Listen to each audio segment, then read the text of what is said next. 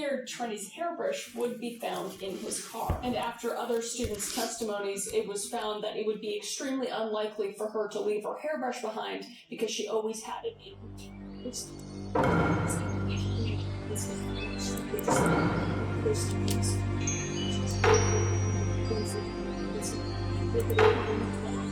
Still suspicious.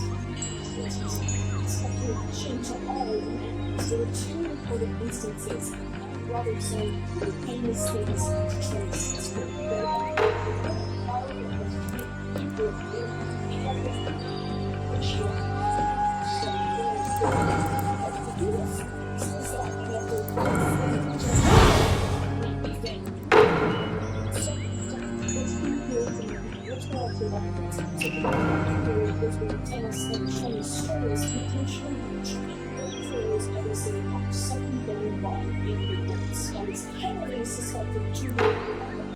Was hiding in the woods and disappeared. Later in an area just below where he was last seen, a man spotted another man with something over his shoulder running along the ridgeline. And Trini was last seen bending over looking at something in the woods, and then strangely went off trail. And while searching for Trini, the dogs would pick up her scent in areas miles apart, and only accessible through trails were dense. Smoke covering had also never been found. The closest thing to being found was a footprint in the Nova Scotia. NPS claiming that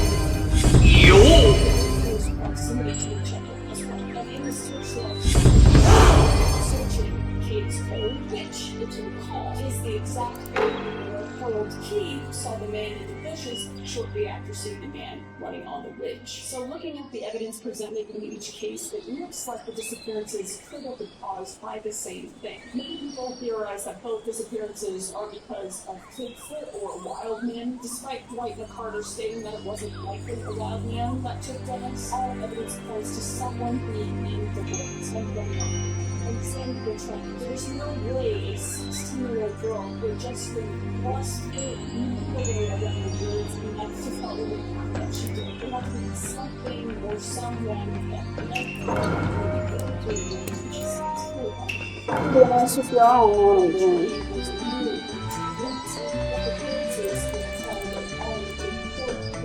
and why the FBI and NPS both did private investigations, withholding and changing information released to the public. It's because there is something in the woods at Great Smoky National Park, and whether it is a man or a beast, it has a propensity for stealing children. And while the idea of Bigfoot is crazy, many believe that the Smoky Mountains are home to the creature. Even David Paulides himself is a big believer. He plans to prove in this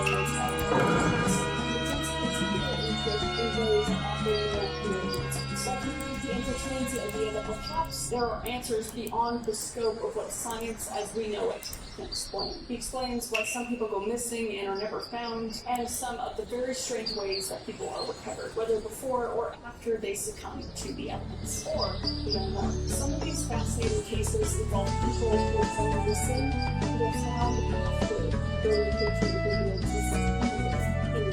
This concept is bizarre.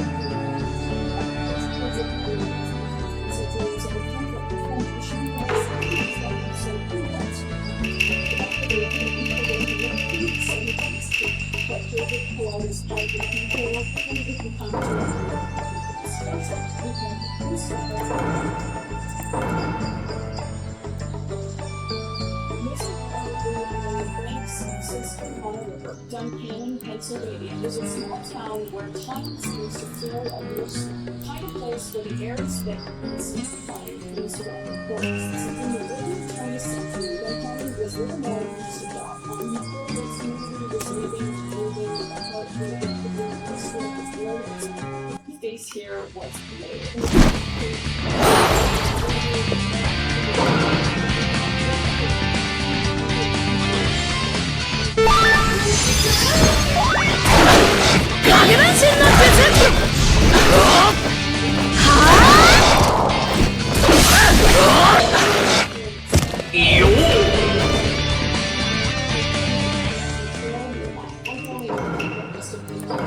this region in the early 1900s, before four-lane highways cut their way through the terrain like long, ugly scars. In this very place, on a November day in 1916, Gustav Dill, a man of modest means but strong character, went out on the river for the last time. He and his buddies went on a hunting trip with the goal of crossing the Susquehanna. Sorry if I'm saying that wrong. But plans would go awry when the boat flipped, and its occupants would be tossed into the river. Gustav would be pulled beneath the water, and unfortunately, Gustav did not know how to swim, and his friends would not be able to save him. Despite the best efforts of rivermen dragging the river for days with grappling hooks in hopes of recovering Gustav, there was unfortunately no luck. And the week or so after efforts had concluded and the hopes of finding Gustav had waned, his wife would have a dream in which every detail of his location was revealed and even witness his funeral. So she would implore people to help her pick up the search again, but to no avail. It was only when a couple of old rivermen who took pity on her, skeptical of her claims to say the least, agreed to take up the search again 10 days after the boat accident. And within 5 minutes of casting their grappling hooks into the river for the first time, where Gustav's wife indicated, Gustav's body was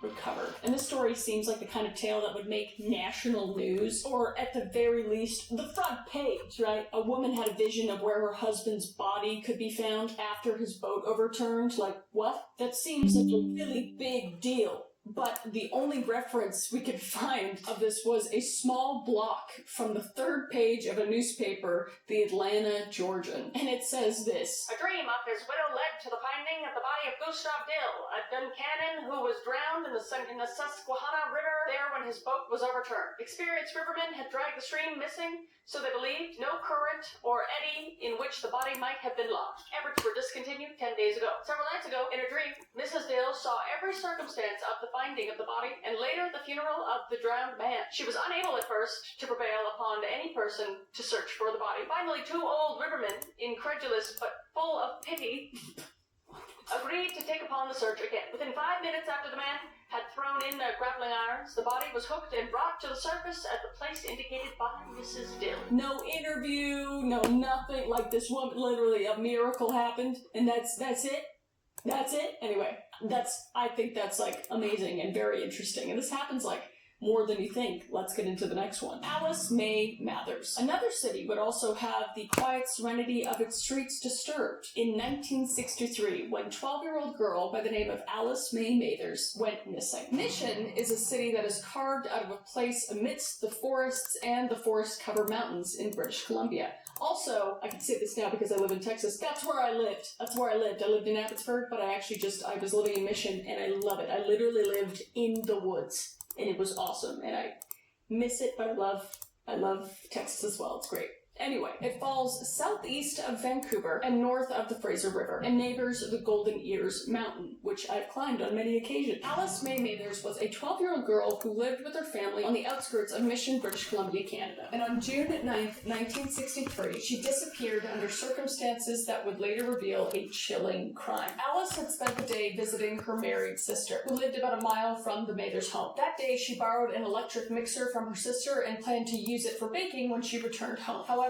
Alice never made it back. When she didn't arrive home as expected, her father traced her steps back. But found no sign of her. The Mather's family and friends and neighbors began searching for her immediately, and soon after the RCMP, or Royal Canadian Mounted Police. And there would also be an additional 100 volunteers helping to search for Alice. And the primary search area would be the dense woods surrounding the Mather's property, and obviously the route that Alice would have taken to get home. And early in the search, dogs would be brought in to pick up Alice's scent, and the dogs would trace her trail from her sister's house to the nearby Lougheed Highway, where the smell would abruptly end. And this discovery raised the possibility that Alice could have been abducted, and the Mather's family would grow increasingly desperate as the days passed, with no sign of Alice. And 2 weeks after Alice's disappearance, on June 23rd, 1963, her mother would have a vivid dream. In this dream, she saw Alice lying in a gully or a pit, lifeless on a rock. The dream was so absolute and unsettling that she shared it with her husband the following day, and unable to shake the image, Mrs. Mathers insisted that they search this place. So the Mathers sought help from a friend who was very familiar with this area. Mrs. Mathers would describe the area from her dream, and together they would travel to a gravel pit about 14 miles from their home, and they would begin searching opposite sides. And it wasn't long before one of them found a small figure lying on a rock, just as Mrs. Mathers had described. The figure was severely beaten and unrecognizable, but the clothing and pair of new shoes was identified as Alice.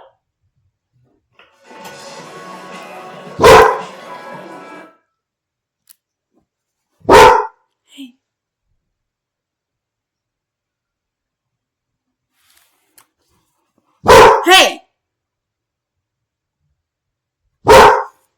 Stop!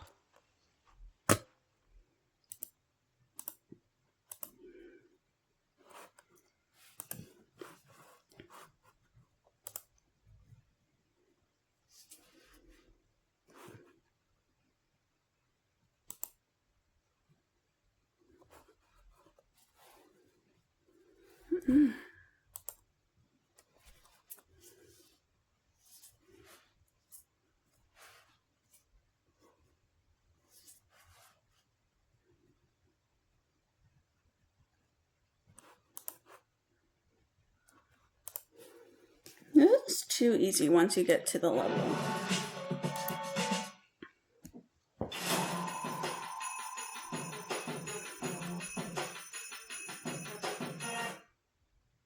And this was no accident, and there was no mystery here. Alice was murdered. And an inquiry into another case that tied in with the Mathers case turned up 2 suspects, a pair of brothers, 30-year-old Kenneth Lloyd Meeker and 35-year-old James Leonard Meeker. They'd kidnapped her along her walk home, grabbing her from Lougheed Highway. And fibers recovered from under Alice's fingernails matched those in a jacket and trousers recovered from the home of Kenneth. And hair on Alice's body was also similar to that recovered from a blanket at the house. And neither brother spoke, asked if they had anything to say for themselves, because they're pieces of shit, but both would be charged with capital murder, though Kenneth was the one who had done all the killing. In a document containing the names of those sentenced to death in Canada between 1867 and 1976, Kenneth's name appears on page 217, though the result of his trial was life imprisonment. These deaths are undoubtedly horrifically tragic, but there is an air of mystery around them. What happened to Gustave wasn't a mystery. People saw what happened, and what happened to Alice had been a mystery, but the mystery was solved. The mystery is how both of these people had women in their lives that had dreams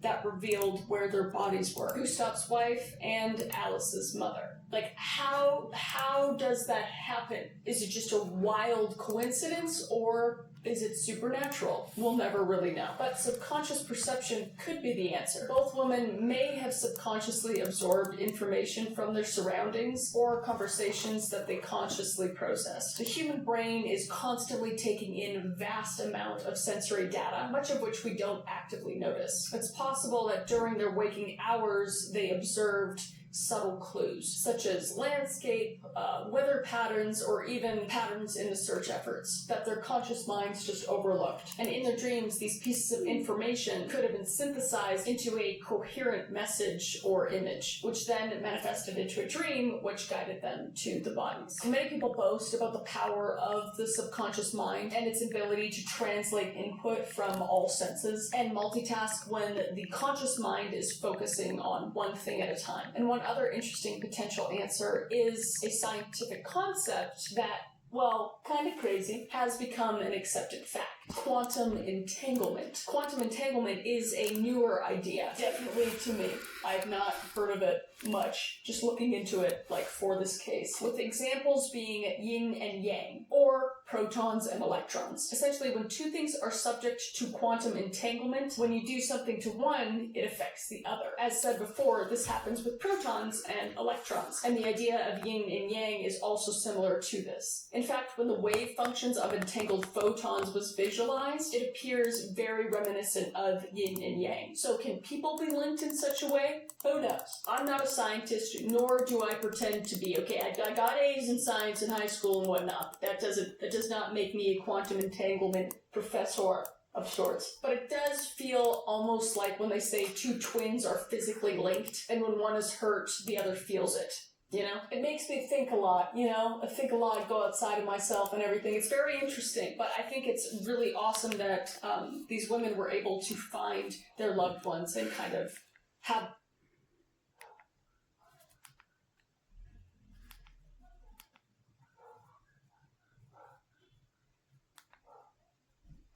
Guess what, guys? I have a new auto launch, and it's specifically a... Kevin, come here. It's a Kevin-inspired launch. Oh, look at the sweet baby boy. Well, I'm wearing one of them, and it's got his hair all over it. Here, sorry, I'll put you down. We got the new I'm Fine stitching, and the embroidering on this is so cool. And the back, wait for it. Look at the back. Oh my god. Look at Kevin, it's you. He's like, what? It's so sick. And then we got this guy. Kevin, look.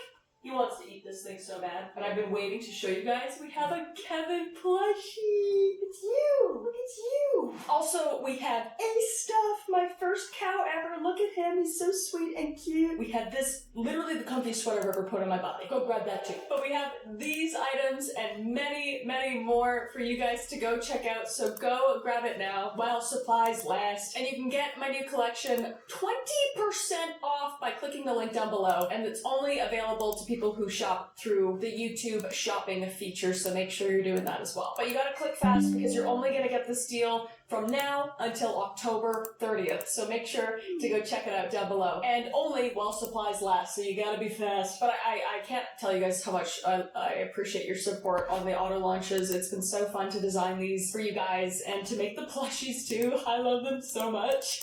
So I hope you guys enjoy the new Kevin auto launch, and let's get back to the video. Crime, conspiracy, cults, serial killers, and murder, and TikTok. Of all things that I love to consume, and I know you do too, you sick, beautiful, intellectual... Try that again. And I know you do too, you sick, beautiful, intellectual-minded freak. There we go, much better. And we are talking about just that, specifically TikTok and murder. I'm going to tell you 3 stories about 3 TikTokers that went from dancing behind their phones to dancing in jail cells. All 3 of these stories are vastly different and very interesting to say the least. One of them happened only a couple weeks ago. So let's unbuckle our seatbelts, go Mach 5 down the highway, slam on the brakes, and bust through this and into these cases together. If you guys are wondering, I'm watching Call Me Chris. Go check her out, she's pretty cool.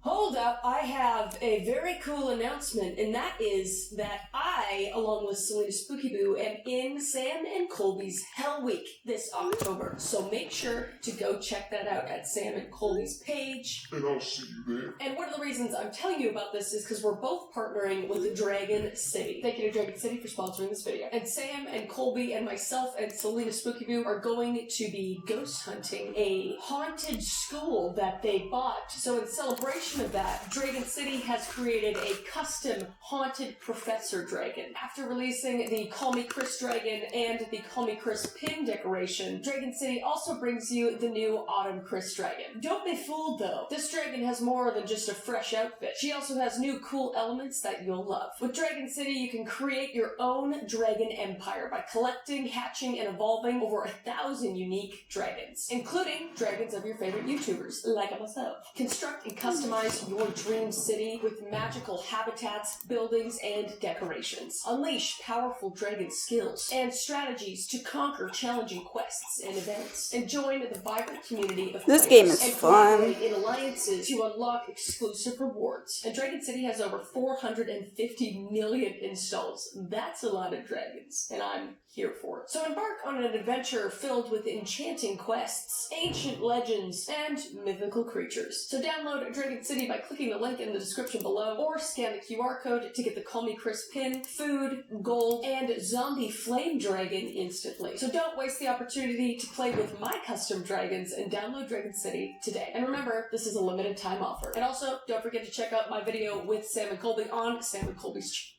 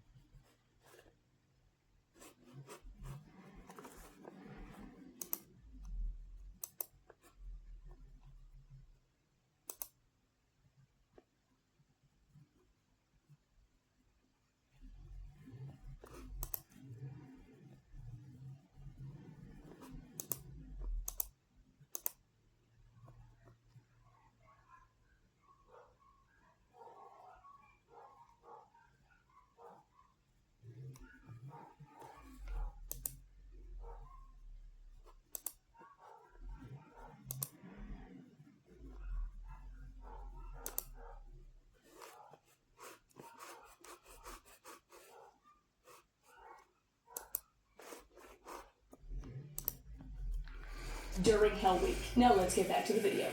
We're going to be starting out with Claire Miller. It was the kind of night where everything felt eerily calm, where the silence in the suburbs was almost stifling. Underneath that stillness, in a modest home in Lancaster, Pennsylvania, Claire Miller was about to make a phone call that would shatter that serenity forever. Her voice, trembling and panicked, echoed through the phone as she spoke to the 911 dispatcher. I killed my sister.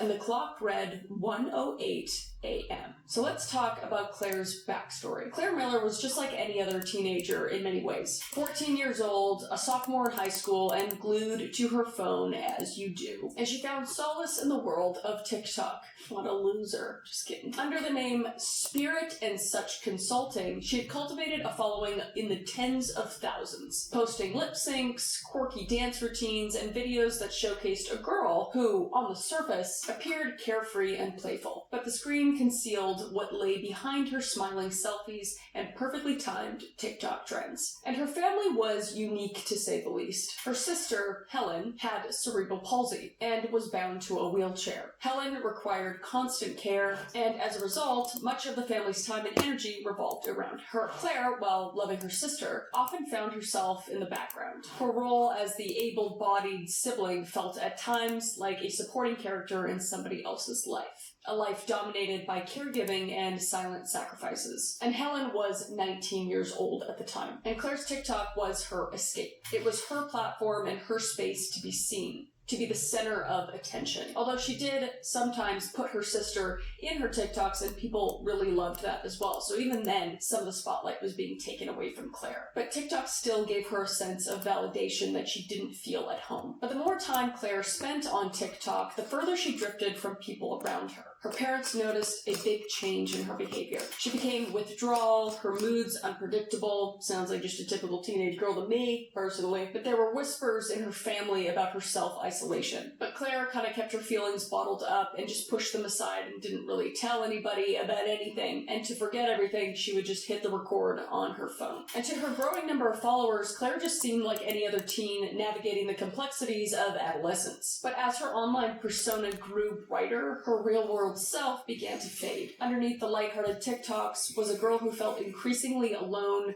suffocated with the weight of her role in her family and her own internal turmoil. And in the months leading up to the incident, Claire's TikTok posts became stranger and more cryptic. Some of her videos hinted a deeper emotional struggle, her playful dance routines interrupted by dark, almost haunting lyrics, and her followers did comment on it. But most just brush it aside as like a typical teenage angst, which I see on TikTok all the time. It's very hard to spot, who's angsty and who's gonna murder one of their family members. But the true depths of pain and anger would only become evident later on the night of February 22nd, 2021, to be specific. So on that night, Claire was feeling very restless, haunted by nightmares and weird visions of people talking to her in her sleep, almost like demons of sorts that she claims, and that would cause her to get up in the middle of the night and walk over to her sister's room, Helen, who was peacefully sleeping in her bedroom. And no one knows exactly what was racing through Claire's mind in those moments before she picked up the knife. No one can truly understand the exact emotions that twisted through her as she stood over her sleeping sister. Was it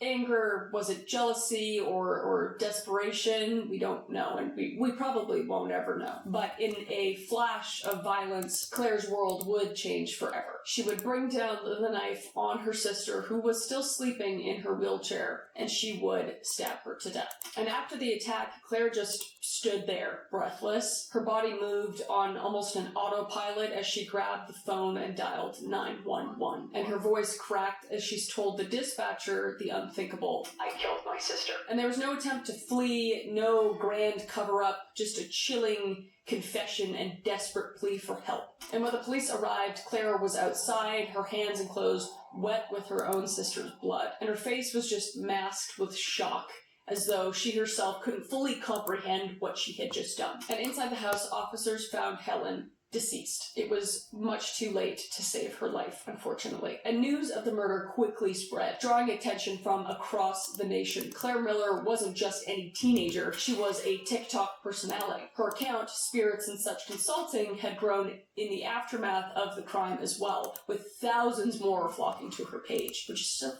searching for answers in her videos. But even her following count grew enormously, which is strange. But the comment sections were flooded with disbelief, speculation, and just morbid curiosity. How could a girl who had posted dance videos, harmless dance videos and TikTok trends, be capable of such violence, and at such a young age as well? And Claire's arrest and trial became a media spectacle, not just because of the brutality of the crime, but because of the complexity of her mental state during the crime. She was only 14 years old, but was being charged as an adult under Pennsylvania law, which is not common. She is being charged as an adult with homicide. Her arraignment is soon at a local district justice office. So the courtroom was just filled with tension that weighed on everyone who watched the proceedings unfold. And Claire's defense team argued that she was mentally ill, suffering from severe...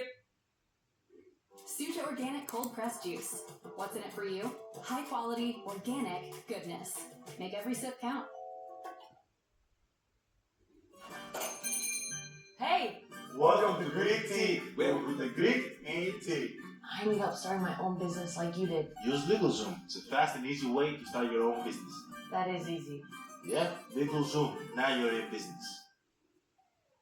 Her psychological distress that clouded her judgment of the night of the murder. The psychiatrist would examine her, combing through her mind for answers, but the results were inconclusive. While it was clear she was deeply disturbed, she wasn't considered legally insane at the time of the crime. And as the defense lawyer pushed for her case to be transferred to juvenile court, Claire would just sit quietly, her face in a blank slate, as if the enormity of her actions hadn't fully sunk in. But despite the psychological evaluations and countless court hearings, years. The motive behind Claire's actions remained murky. She never provided a clear reason for why she had killed Helen, her sister, and any details from her mental health evaluations were kept private, leaving the public just to speculate on their own. So was it the strain of caring for her sister, the pressure of adolescence compounded by TikTok fame, or something even deeper hidden beneath the layers of emotional trauma? Again, we'll probably never know. So in March of 2023, Claire Miller pleaded guilty to third-degree murder. And the court determined while she was mentally ill, she was not legally insane. So she was sentenced to a prison term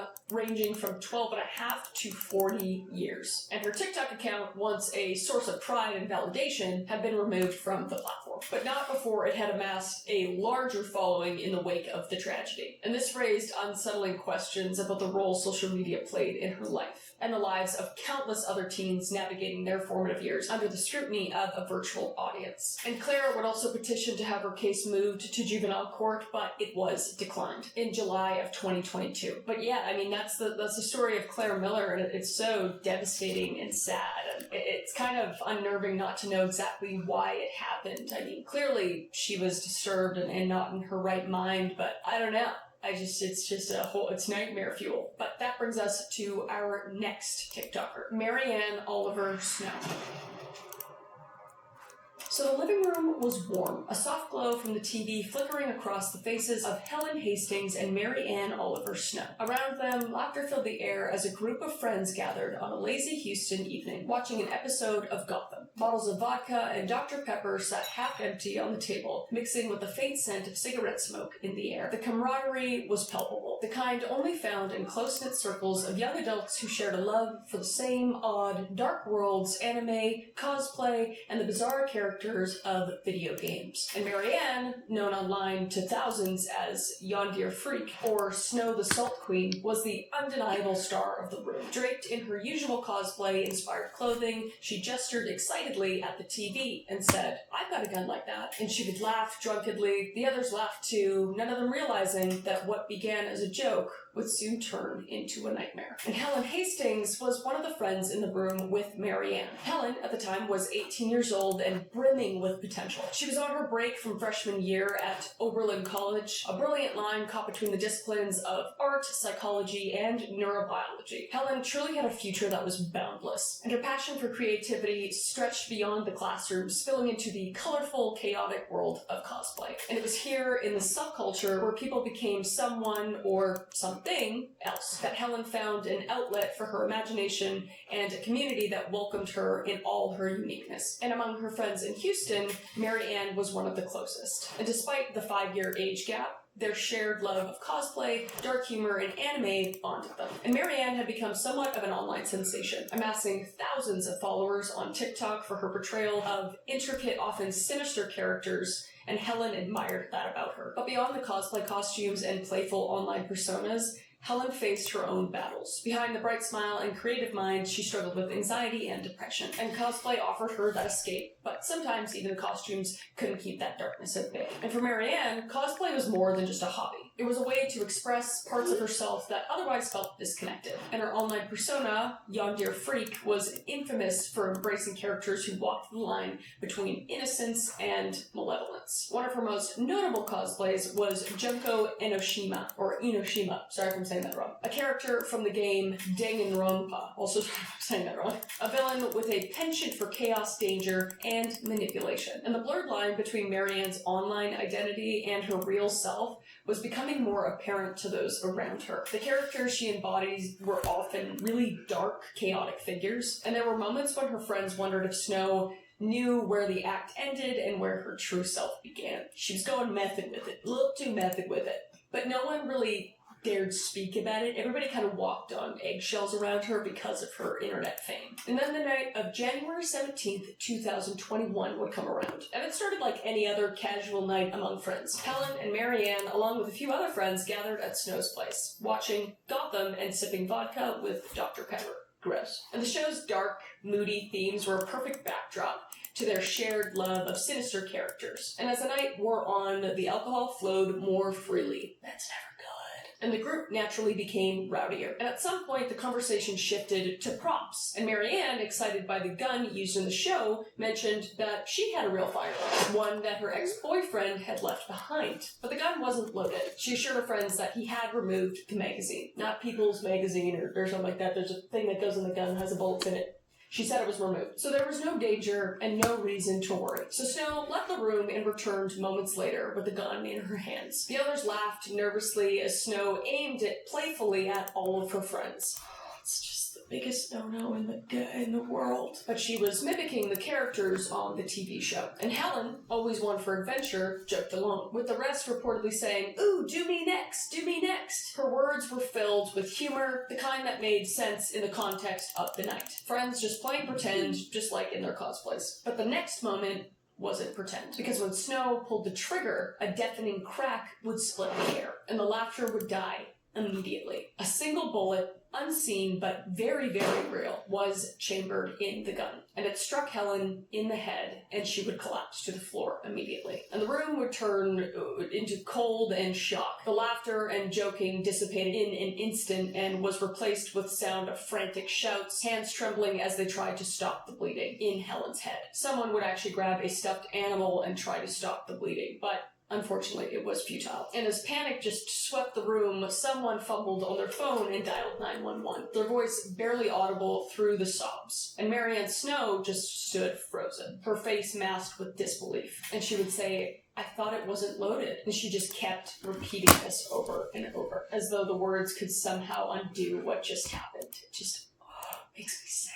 Paramedics would arrive within minutes, rushing Helen to the hospital, where she was placed on life support. And for 2 days, her family and friends held on to hope, praying for a miracle. But on January 19th, 2021, after doctors confirmed there was no chance of recovery, Helen was removed from life support and she was deceased. And in the weeks that followed, Marianne would be charged with manslaughter. And the prosecution argued that Snow had acted recklessly, handling a deadly weapon under the influence, without checking if it was truly safe.